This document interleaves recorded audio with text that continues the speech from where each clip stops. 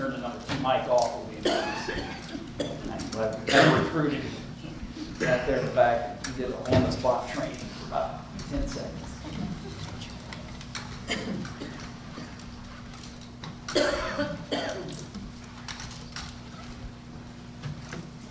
Say I'm leaving in the fall. Isaac will take over some of that, but I'll probably need to train 1 or 2 others. When Isaac's not here, that kind of leaves us in the dark a little bit in relation to all the stuff that goes on back there behind the scenes. We finished our discussion of chapter 4. Finished the questions, and so let's question, examining, and we did the true false, and we're going to be down in the fill in the blank section.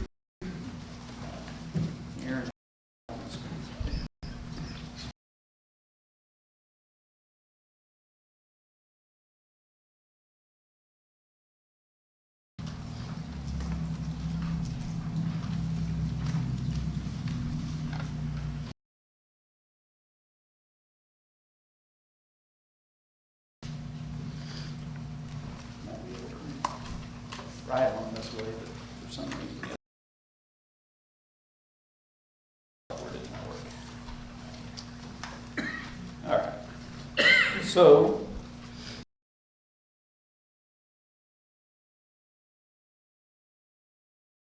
of us, how you ought to what?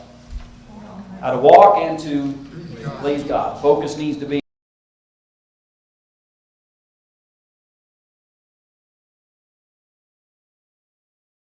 in all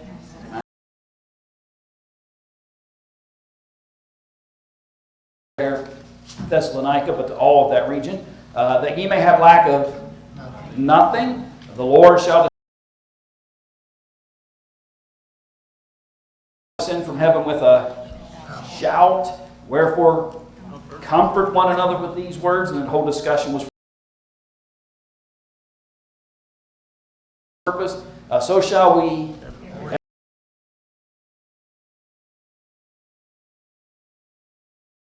word of the Lord, and that ye study to be quiet. We talked about how we could understand that in relationship to. But then Jesus rose from paradise and lived again. Now, I think some of these people evidently thought that if we were the only one, we were alive when he came, that it would prevent those that had died ahead of time being able to go. Right. And he said, don't worry about that. You will not precede or prevent them. Yeah. And again, it's going to be simultaneous. Yeah. I agree that we cannot forget about what's under discussion and why it's under discussion.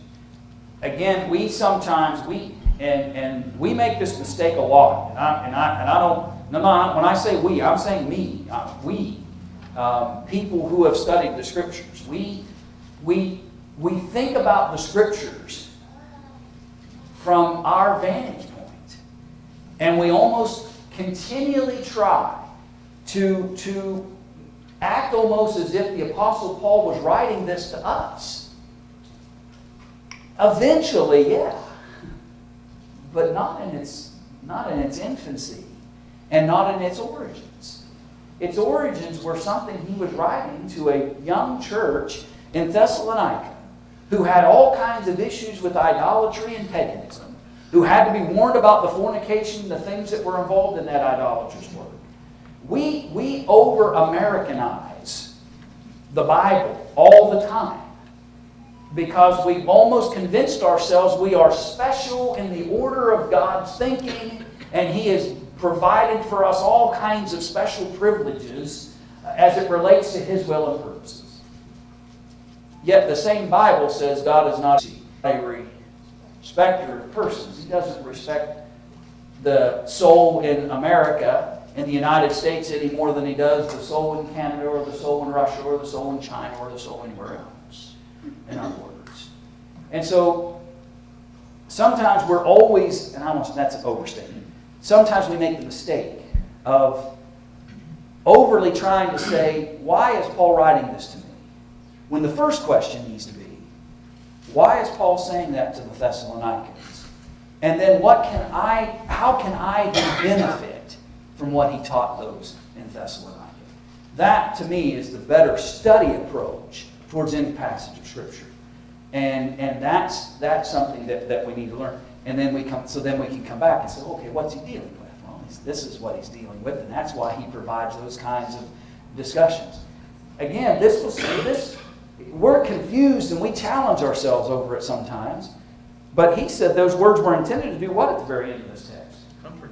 Comfort. And so don't leave 1 Thessalonians 4 confused and challenged. Okay? Leave comforted.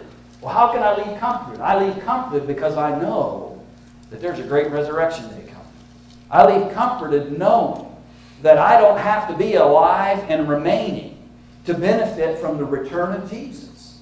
If I serve him today and I die tomorrow and I die in the Lord, I have a great, great moment ahead of me, waiting for that great resurrection moment. And so don't lose the comfort in knowledge. Go ahead, Bob. My question is it 14 when we're talking about 10? Is that the question? The rises. In one verse, it appears, and it's the first, and that by visualization, you think of him wherever he is. And in verse 16, you have them being risen. And so it's order that. Meaning that he goes, gets them and brings them with him. Yeah. That's the way I was understanding. And it kind of got me confused situation here, what was talking about. Yeah. Well, and the challenge of that is that to me that doesn't appear to be the discussion happen.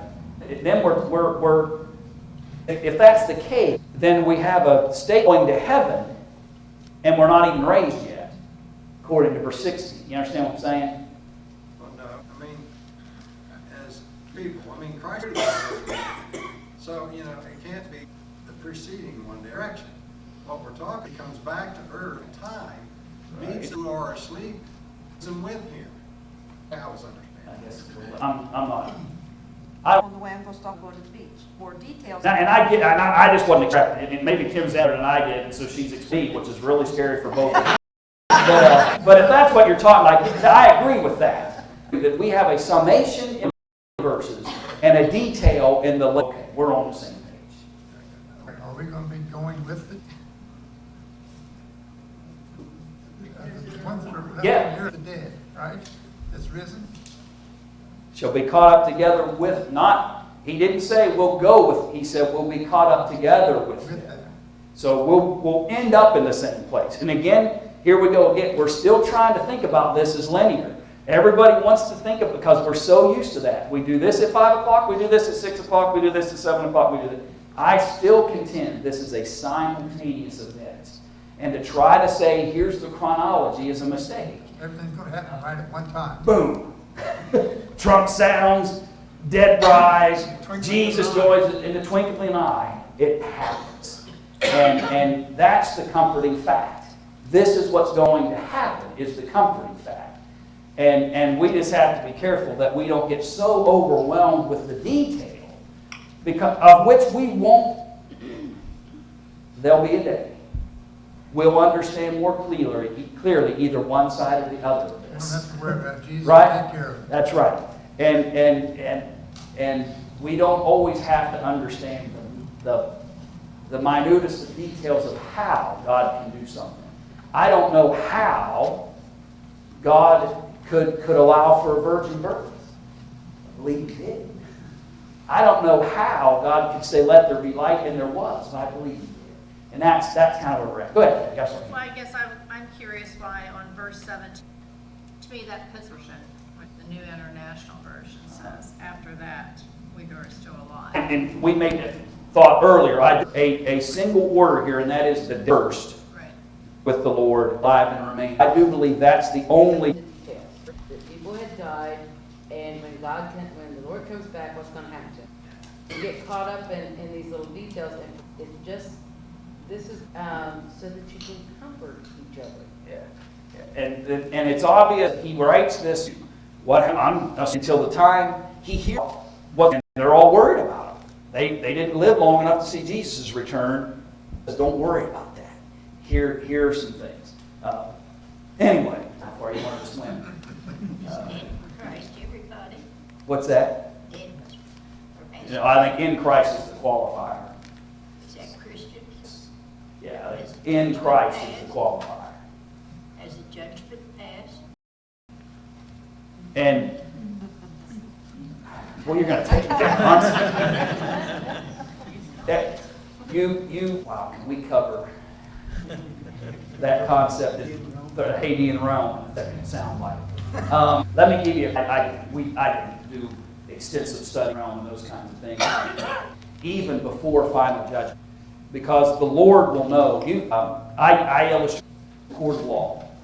They're indicted. They're indicted for something they have already admitted. I did it. But it might be months later. Guilty. We know their state or condition. But it may be months later before they're finally judged. Final judgment comes. When one dies, eternal fate is sealed. And the Lord leave what we have in terms of Jesus' at the time of the resurrection. And fine is, for lack of a better description, the sentencing part. They're already understood, if you will. The sins are already done. The fate is already sealed. And where final judgment is enacted, done good unto salvation, and those who have done evil unto condemnation. And so that fate is sealed. It's in judgment yet. He knows he knows from start to finish who are his. And I'll do that. I will come back at some time in the future. I'll make a note, and we'll come back and we'll talk more detail.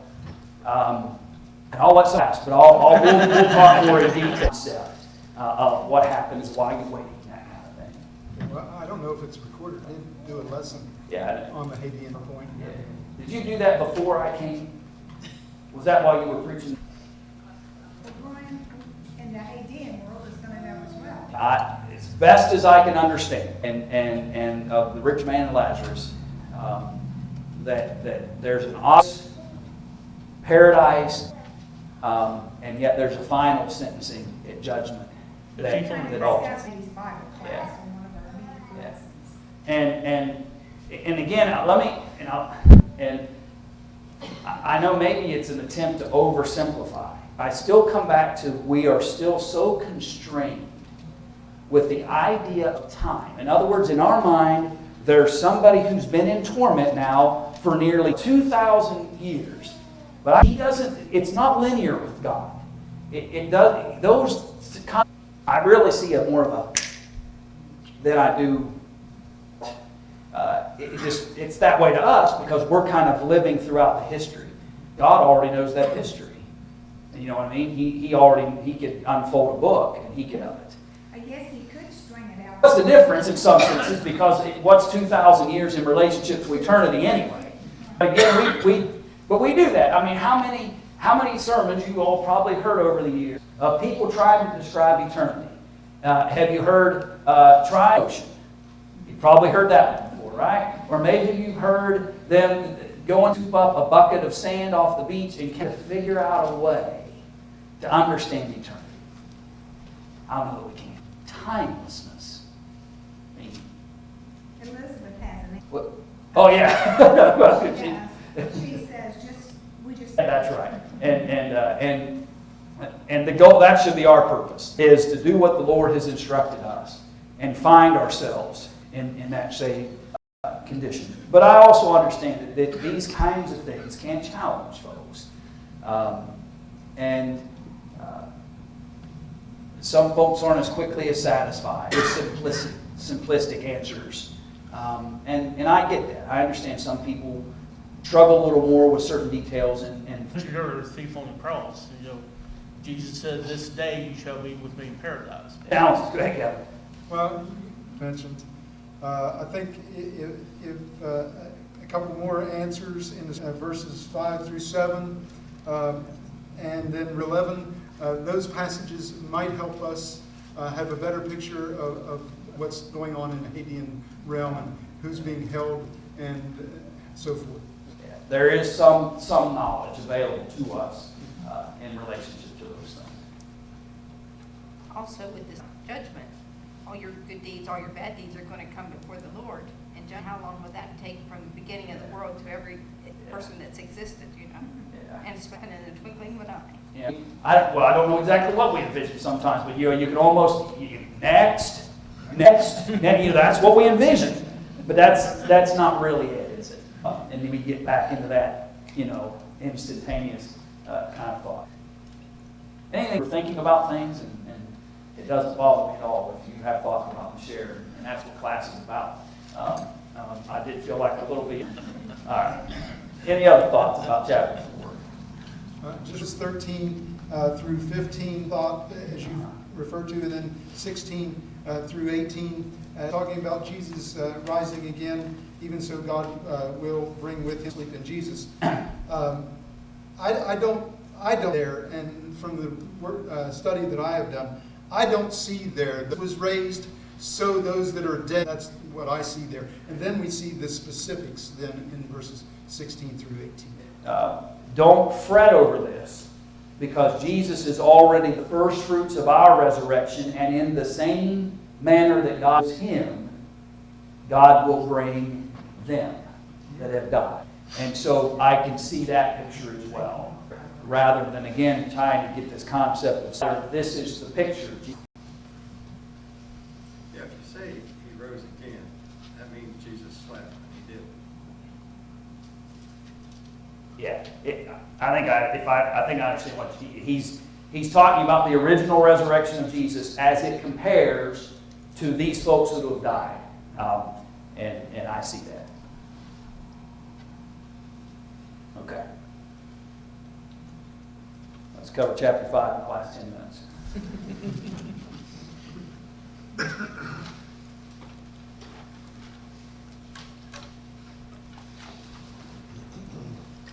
Okay, so it's interesting because,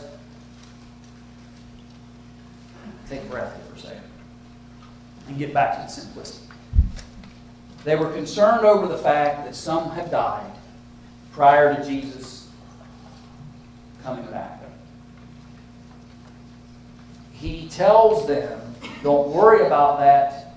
They have a resurrection awaiting them because Jesus was raised from the dead. And they'll have the same benefits and privileges. In fact, they see him just slightly ahead of the saints that are living at the time. The benefits of being collected together with Jesus in the air. So you just had a conversation about an event. And anytime you're talking about an upcoming event, what's the next thing you want to know? When's it going to happen? When's it going to happen? Right? It doesn't do you much good in some people's minds to know an event is coming, but not know when, the timing. And so what's he do right off the bat in the next breath of chapter 5? He deals with the fact that we don't know. That's right. He's going to diffuse that before, in some senses, it can be raised. And maybe it's already been raised and he's responding as he writes this letter. But he says, of the times and the seasons, brethren, you have no need that I write unto you. For yourselves know perfectly that the day of the Lord so cometh as a thief in the night.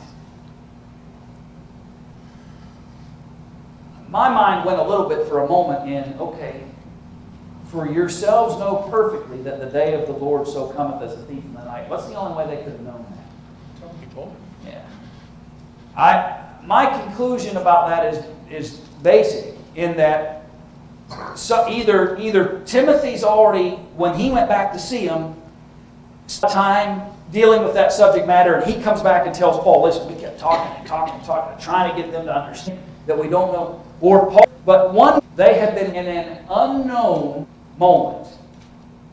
They're confident in the fact that he is coming, not that in the idea that they know when he is coming. They have been apparently well taught concerning that fact.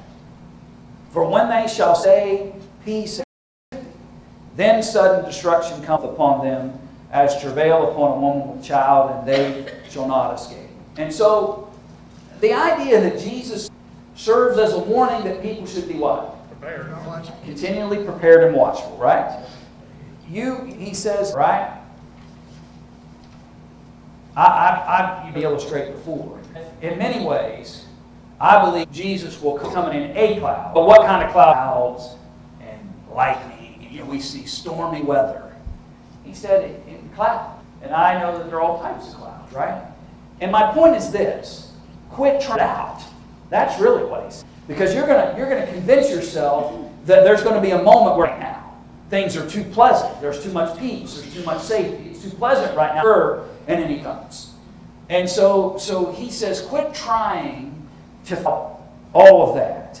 Because it's maybe going to occur. But here we go. Many who aren't prepared for that moment. And notice verse 4. But you, brethren, are not what? And that day should overtake you as a thief. The prowler on the loose, lock your doors. And you went and undoored your house and you were robbed. Whose fault is it? Yours. That's what you'd like to say. You'd still try to blame me. And you will because I brought it up. But you're without excuse. And over this, you have, in fact, what he labels in the King James, yourselves know perfectly, wholly, completely. The matter is fully understood by you folks there in Thessalonica. And so none of you should be overtaken like the thief can to others. You all have been pre-warned, you understand it, and you should be being ready. And you're ready for it because you walk as what? Children of light. Yeah, in the day. Children of light. You are all the children of light and the children of the day. We live openly as is exposing every thought, every intent, every action, as though this could be the moment. When I'm trying to hide, when I'm trying to use the cloak of darkness, it's an indication that we behave. We live as children of light. We know that we're, verse 6, therefore let us not what? Let us not sleep or be sluggish. You ever drive tired? Not very safe, is it? In fact, there's statistical data that shows that you're almost as dangerous as people that are intoxicated when you drive sleeping. I remember one time, and I was young and thought I could do anything. And now I'm old and think I can do anything. I can remember we'd driven overnight, and there's no traffic, there's still dangers even when there's come, and I was groggy, and he was trying to enter onto if you could have reached out the window and knocked on the side, I became sober.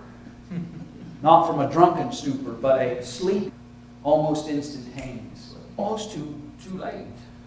But I was able to get my bearings pretty quickly and make adjustments to avoid. Here's my point. We won't have that opportunity. If we get lazy and we get relaxed in our relationship with Christ, that's dangerous. And be sober. And he says, don't fall into the temptation, because know you're with who were, I apologize if that sounds offensive to you, but that were spiritually caught off guard. And they're hoping that the cloak of darkness will protect them. And they're hoping that things might not go as noticeable. And they're not being as watchful and sober as they need to be. For they that sleep today, be sober, putting on the breastplate of faith and love and helmet, the hope of salvation.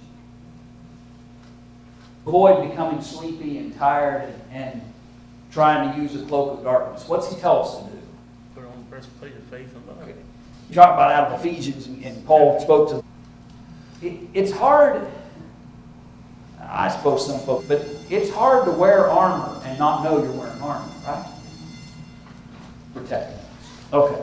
Could you possibly have been going around saying that Jesus is coming like you today, a certain day and a certain time? And when people start speculating, then they relax. Well, it's not going to happen in this stretch of time, and so relax. Sunday you can grab that 2 Thessalonians. We'll not get there now. Now you can have it now. But we won't be able to start 2 Thessalonians until well in a week from tonight with the second epistle. Thank you all for your thoughts. Sometimes it's good to just let folks think for a little while. So I appreciate that.